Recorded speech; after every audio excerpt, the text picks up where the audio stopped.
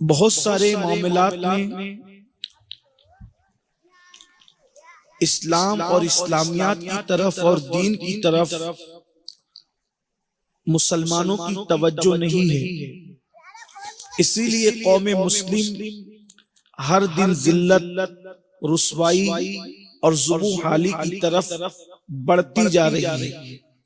ہر دن دکھ، درد، تکلیف، بے چینی، مصیبت، اضطراب مسلمانوں کا بڑھتا جا رہا ہے۔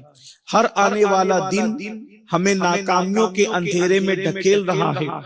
ہر آنے والا دن ہمیں ناکامیوں کے دلدل کے اندر ڈباتا چلا جا رہا ہے، اور لوگ اس پر یہ سمجھتے ہیں کہ ایسا ہوا تو ایسا ہوا، یہ ہوا تو وہ ہوا، یوں ہوا تو یوں ہوا۔ اچھی طرح یاد رکھنا کہ دنیا کے بدلنے سے مومنوں کا کچھ نہیں بدلتا، موسم کے بدلنے سے مسلمانوں کا کچھ تبدیل نہیں ہوتا۔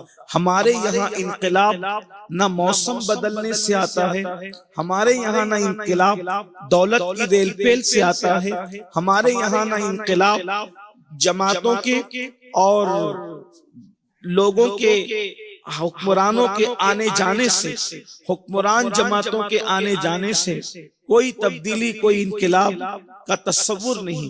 ہمارے یہاں تصور انقلاب یہ ہے کہ جب ہم بدلتے ہیں تو حالات بدلتے ہیں، ہم بدلتے ہیں تو انقلاب آتا ہے، ہم تبدیل ہوتے ہیں تو ہمارے حالات تبدیل ہوتے ہیں۔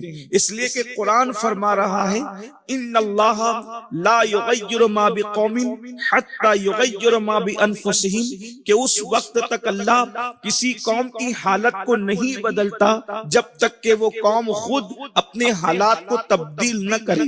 تو ہماری ناکامیاں، ہماری بے چینیاں، ہمارا اضطراب، ہماری بے قراریاں کیوں ہے؟ کیونکہ ہم ایمان لا چکے۔ ایمان لانے کے بعد دوسرا رکن کیا ہے اسلام کا، ہمیں وہی نہیں پتا۔ اگر آپ اسلام اور اسلامیات کو سمیٹنا چاہیں گے تو آپ تین نکات پر اس کو سمیٹ سکتے ہیں، تین نقطوں پر آپ اس کو سمیٹ سکتے ہیں۔ نمبر ایک، ایمان لاؤ۔ ایمان لانے کے بعد پھر دو ذمہ داریاں کیا ہے؟ تو قرآن کہتا ہے لِتُؤْمِنُوا بِاللَّهِ وَرَسُولِهِ، کہ ایمان لاؤ اللہ پر اور اس کے رسول پر، اور کلمہ پڑھ کر ہم سب ایمان لا چکے۔ اب اس کے بعد قرآن دوسری ذمہ داری کو جو سونپتا ہے اس پر مسلمانوں کی توجہ نہیں ہے۔ اگر مسلمان اس کی طرف توجہ کریں، مسلمان ڈائریکٹ تیسری طرف اڑ کر کے جاتا ہے اور اس کو بھی صحیح طور پر نبھا نہیں پاتا۔ اللہ پاک ارشاد فرماتا ہے لِتُؤْمِنُوا بِاللَّهِ وَرَسُولِهِ وَتُعَزِّرُوهُ وَتُعَقِّرُوهُ۔ اللہ اکبر۔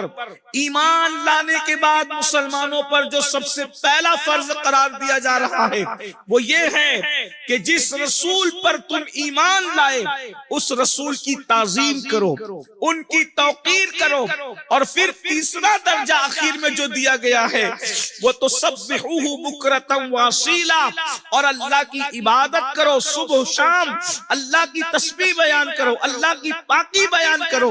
پہلا درجہ ایمان کا، دوسرا درجہ تعظیم اور توقیر رسول کا، اور تیسرا درجہ عبادت کا۔ اللہ اکبر۔ اس لیے کہ یہ جو بیچ کی کڑی ہے ایمان اور عبادت کے درمیان، جب تک کہ اس کو ہم نہیں تھامیں گے عبادت نہیں ہو سکتی، عبادت قبول نہیں ہو سکتی۔ اللہ اکبر۔ اللہ رب العزت نے قرآن میں ہمیں بتایا ایمان لانے کے بعد تعظیم کرو، توقیر کرو۔ کس کی؟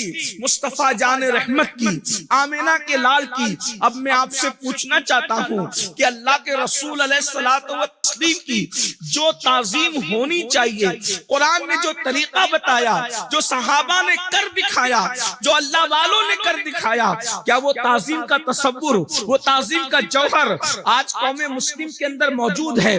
اللہ اکبر۔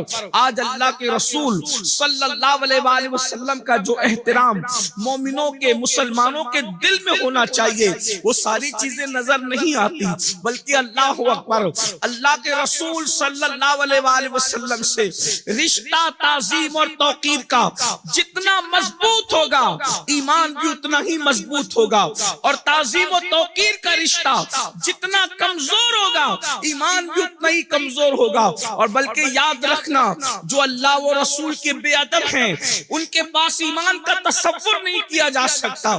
اللہ اکبر۔